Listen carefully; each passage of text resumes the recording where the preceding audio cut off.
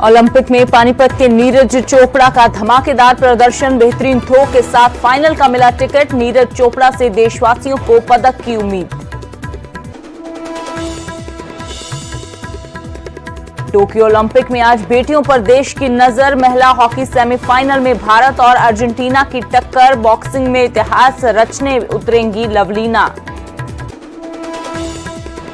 हिमाचल विधानसभा में मानसून सत्र के दूसरे दिन भी हंगामा, कांग्रेस ने सदन से किया वॉकआउट। सांसद रामस्वरूप शर्मा की मौत की सीबीआई जांच की कर रहे हैं मांग।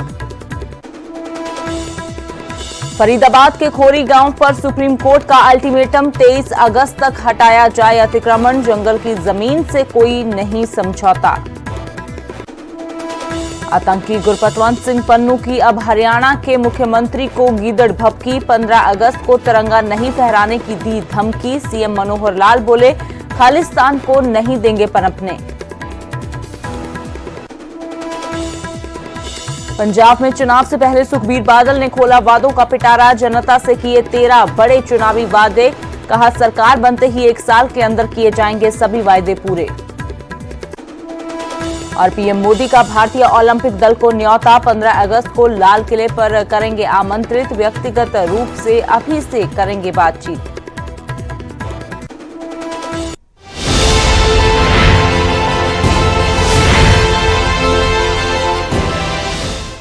नमस्कार, न्यूज़ 18 पंजाब हरियाणा हिमाचल देख रहे हैं आप और आपके साथ मैं हूं अमृत वर्दी। बुलेटिन की शुरुआत करते हैं ओलंपिक के साथ, जहां खिलाड़ियों का बेहतरीन प्रदर्शन जारी है। ऐसे में पानीपत के नीरज चोपड़ा का भी धमाकेदार प्रदर्शन देखने को मिला है। बेहतरीन थ्रो के साथ फाइनल में पहुंच गए हैं नीरज चोपड़ा। जेवलिन थ्रो में नीरज चोपड़ा ने फाइनल का टिकट हासिल कर लिया है और अब नीरज से पदक की उम्मीद है। क्वालिफिकेशन राउंड में 86.65 मीटर दूर अपना भाला फेंका नीरज ने और अब 7 अगस्त को फाइनल मुकाबले में उतरेंगे नीरज चोपड़ा। देश को नीरज से पदक की उम्मीद है। बेहतरीन थ्रो के साथ नीरज चोपड़ा फाइनल में पहुंच गए हैं। ओलंपिक में पानीपत के नीरज चोपड़ा का धमाकेदार प्रदर्शन देखने को मिला है। तो हरियाणा के बेहतरीन खिलाड़ी जो हैं वो अपना बेहतरीन प्रदर्शन टोक्यो में दिखाते हुए नजर आ रहे हैं। तो ऐसे में एक पदक की उम्मीद अब नीरज ने भी देशवासियों की बढ़ा दी है।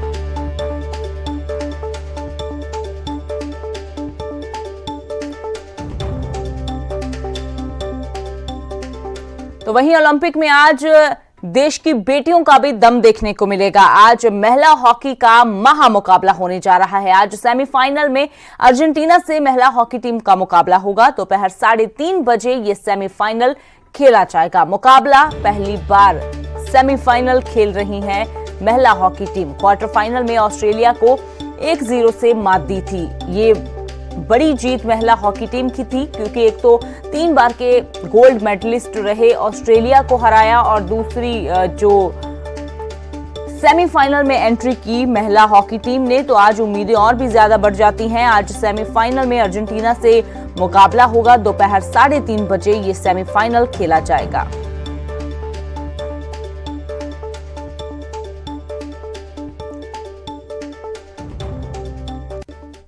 और अब बात करते हैं विदेश में बैठकर खालिस्तान की बात करने वाले आतंकी गुरपतवंत पन्नू की, जिसकी एक बार फिर से गीदड़ भभकी सामने आई है। कुछ दिन पहले उसने हिमाचल के मुख्यमंत्री को धमकी भरा संदेश भिजवाया था और अब हरियाणा के सीएम के नाम भी कुछ ऐसा ही मैसेज भेजा गया है। देखिए ये रिपोर्ट।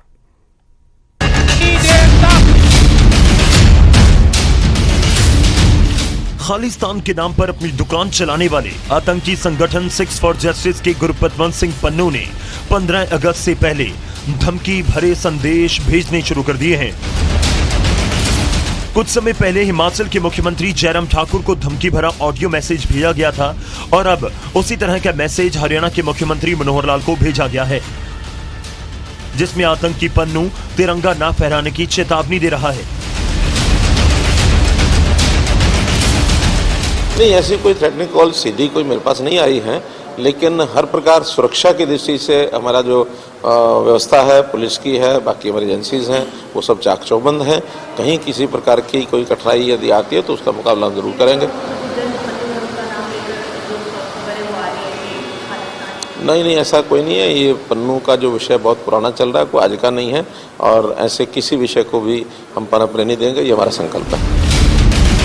हिमाचल में तो धमकी भरे संदेशों के बाद पन्नू के खिलाफ मुकदमा भी दर्ज हुआ और विधानसभा सत्र के दौरान भी ये खुलासा हुआ कि इस तरह के संदेश अकेले सीएम के नाम पर नहीं थे, बल्कि कांग्रेस और बीजेपी दोनों ही पार्टियों के कई नेताओं को 6 फॉर जस्टिस की तरफ से धमकी दी गई।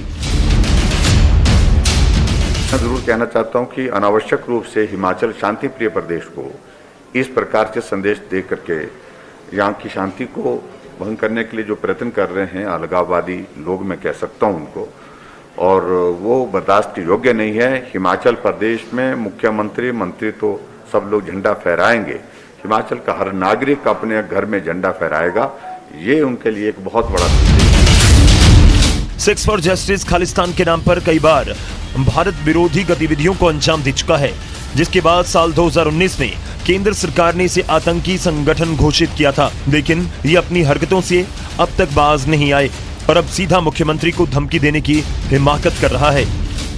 Bureau report, news 18।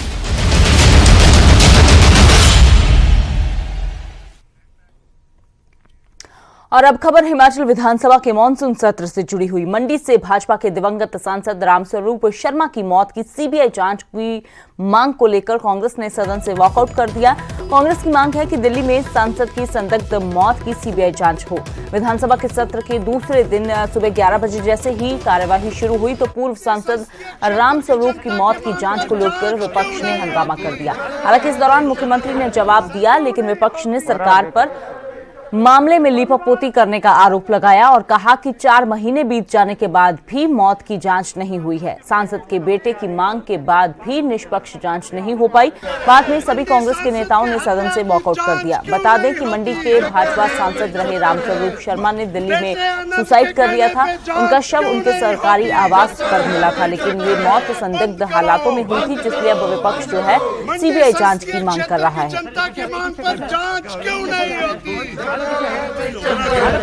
क्यों नहीं होती? परिवार से कहने पे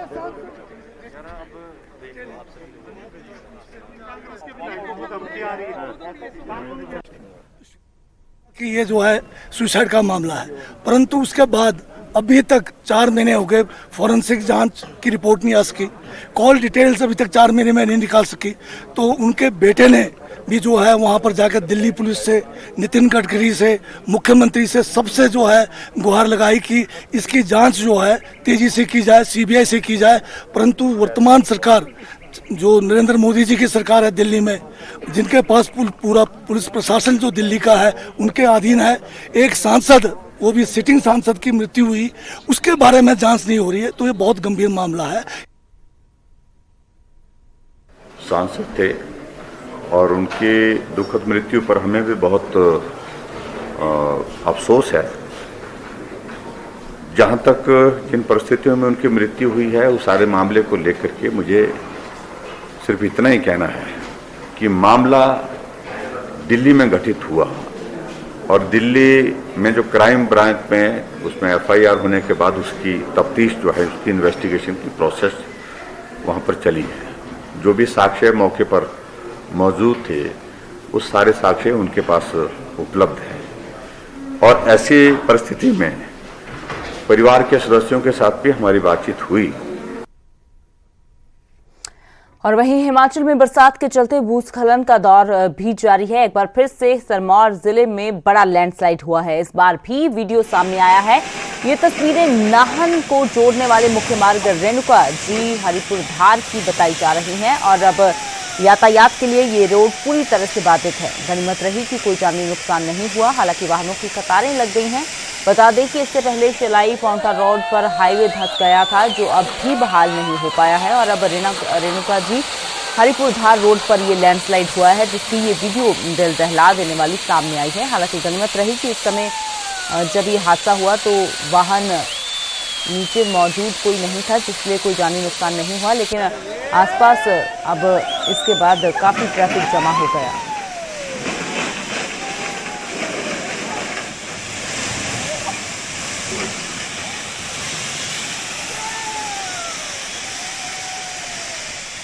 और खबर चरखी दादरी से, जहां पिछले दिनों हुई बारिश के बाद जल भराव हुआ और वो आज भी बरकरार है। गांव की गलियों से लेकर घरों तक कई फीट तक पानी भरा होने के कारण लोगों को खासी परेशानियां हो रही हैं। वहीं सैकड़ों एकड़ फसल पानी जमा होने के कारण बर्बाद हो चुकी है, जिसके विरोध में भागवी गांव के लोगों ने सतगामा खाप की अगुवाई में रोष प्रदर्शन किया और सरकार से 50,000 रुपए प्रति एकड़ मुआवजा की मांग उठाई।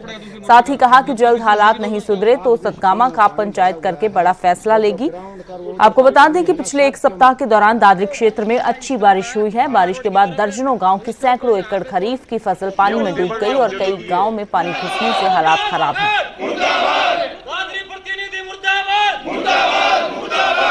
इसके साथ लगता मेरा मकान है, पानी के बिल्कुल साथ मकान में 1 फुट पानी भरा हुआ है।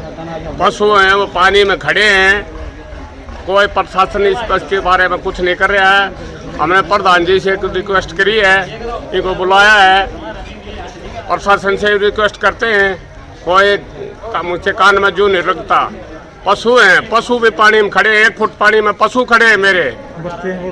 हाँ, टूड़ा ताड़ा पानी पात पड़ गया, हाँ, मकान पाट गए साथ में, और आने जाने का कोई रास्ता नहीं। बहुत हालात खराब हैं। मेरे घर के चारों तरफ 3-3 फुट पानी है और मेरे बाहर आने जाने के लिए कोई रास्ता नहीं है। ये बरसात के द्वारा जो पानी आया उसकी आपत्ति।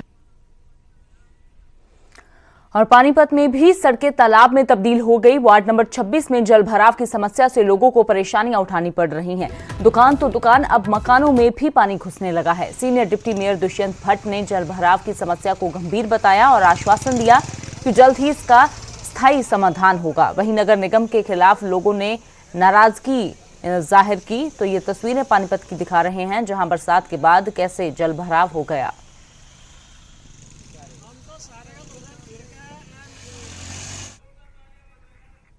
आने जाने में की बहुत दिक्कत हो रहा है, बहुत मुसीबत हो रहा है। गाड़ी आने जाने में भी नहीं बन रहा है। ये एरिया है जी राम स्वरूप चौक 33 फुटा रोड है। इस पर बहुत बुरा हाल है। जो नालों का पानी वो सड़कों में आवे, पूरा आने जाने वाले यहाँ पड़ते रह रहा है दिन। यह दिन का मेन रास्ता यही है। ये गंभीर समस्या है एक्चुअली।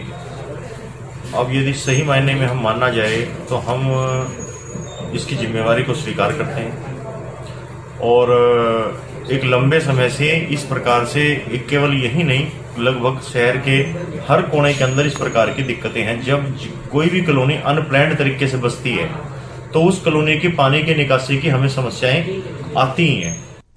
और अब बात करते हैं फतेहाबाद की, जहां गड्ढे में भरा बरसाती पानी यहां पर एक मुसीबत के लिए न्योता देता हुआ नजर आया और यहां डूबने से 21 वर्षीय युवक की मौत हो गई। इंद्रपुरा मोहल्ले में यह हादसा हुआ।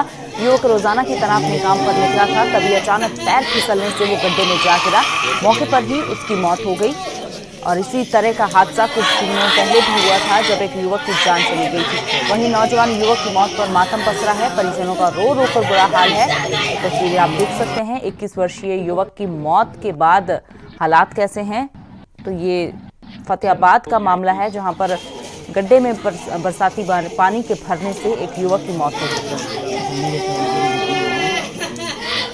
ये मतलब कि घूमने जा रहा था, बड़ी चिल्ली वाली साइड है, तो जो बारिश का पानी जो रतिया गेट पे इकट्ठा होता है वो सारा वहाँ इकट्ठा हो गया जी।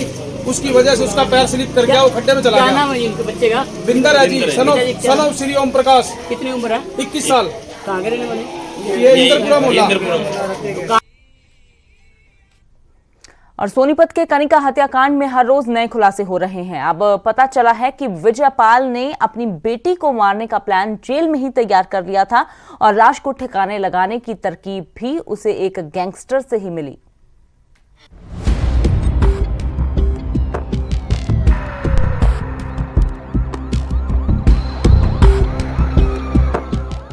एक बेगुनाह बेकसूर बेटी थी। मैं 6 जुलाई 2021 को अपने पापा के पास वापस जा रही हूँ, वो भी अपनी मर्जी से।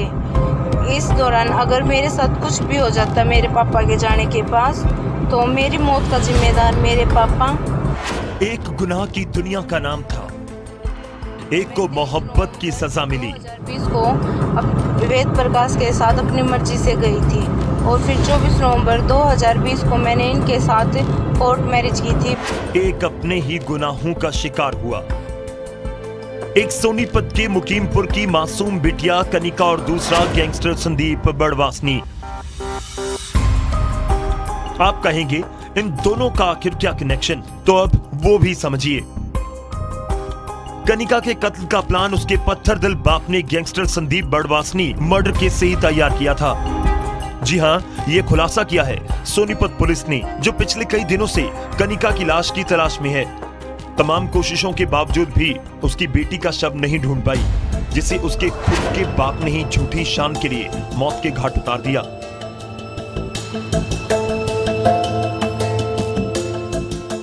हमने उस पे कंप्लेंट पे ही 364 आईपीसी के एफआईआर रजिस्टर कर दी थी, जिसमें हमें बाद में पता चला कि उसके फादर विजयपाल ने उस लड़की का मर्डर कर दिया है, जिसको हमने 27/7 को अरेस्ट कर लिया था।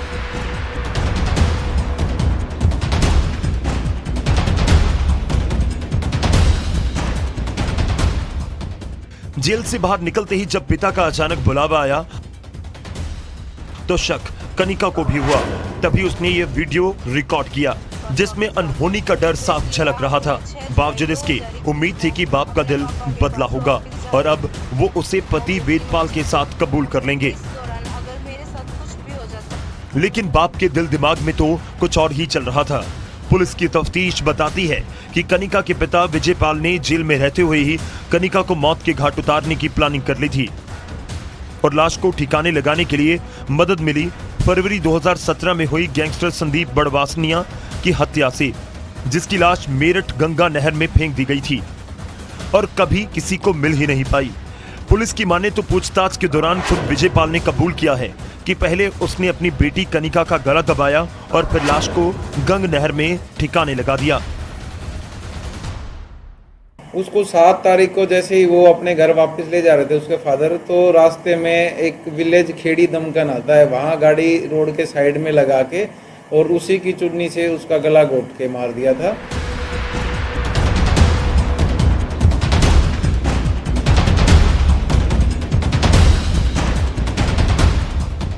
कनिका ने अपने गांव मुकीमपुर के ही वेदपाल के साथ लव मैरिज की थी, क्योंकि विजयपाल उस वक्त जेल में था। दोनों ने रोहतक में महफूज ठिकाना तलाश लिया, लेकिन बीती 7 जुलाई को विजयपाल ने जेल से बाहर आते ही जन्मदिन के बहाने कनिका को घर बुलाया।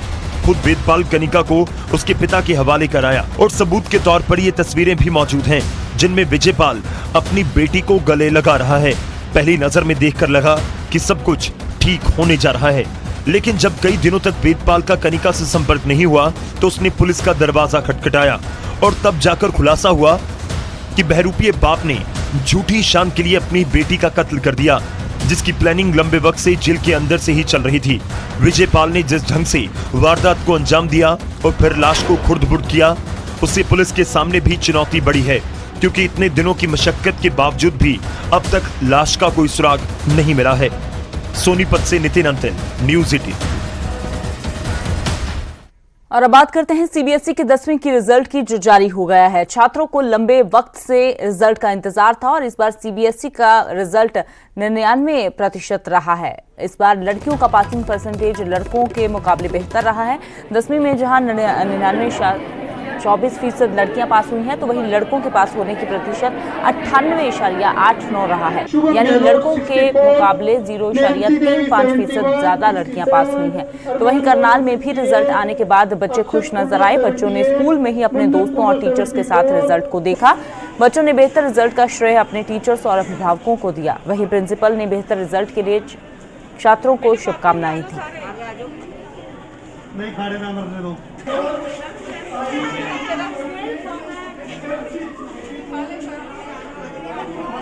और कुछ सवालों की बात करते हैं। क्या सैनिटाइजर हानिकारक है? क्या टीके आपके डीएनए को संशोधित करते हैं? और क्या टीकाकरण आपको कोविड-19 से संक्रमित कर सकता है? ये कुछ सवाल क्या आपके मन में भी हैं? खैर, अब आपके इन सारे सवालों का जवाब एक जगह पर आपको मिल सकता है, और वो भी आपके फोन पर। नेटवर्क 18 और फेडरल बैंक के राष्ट्रव्यापी वैक्सीन जागरूकता अभियान के तहत कोविड-19 के खिलाफ Sanjeevani a shot of life WhatsApp helpline शुरू की गई है। आपको बस 7977773753 पर व्हाट्सएप करना है और तुरंत आपको आपके सारे सवालों के जवाब मिल जाएंगे।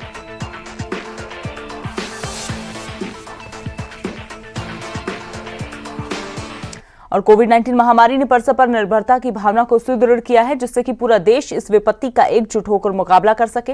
वैक्सीनेशन के आगाज के बाद जरूरत है कि हम सभी अपना सर्वश्रेष्ठ योगदान दें, जिससे हम एक साथ वायरस को हराने की तरफ कदम बढ़ा सकें। और नेटवर्क 18 इस मुहिम में हर कदम पर आपके साथ होगा, क्योंकि जब तक सभी सुरक्षित नहीं होते तब तक कोई भी सुरक्षित नहीं होगा। इसी सोच के आधार पर हमारे कैंपेन संजीवनी का लक्ष्य यह सुनिश्चित करना है कि वैक्सीन पाना सभी भारतीयों का अधिकार है।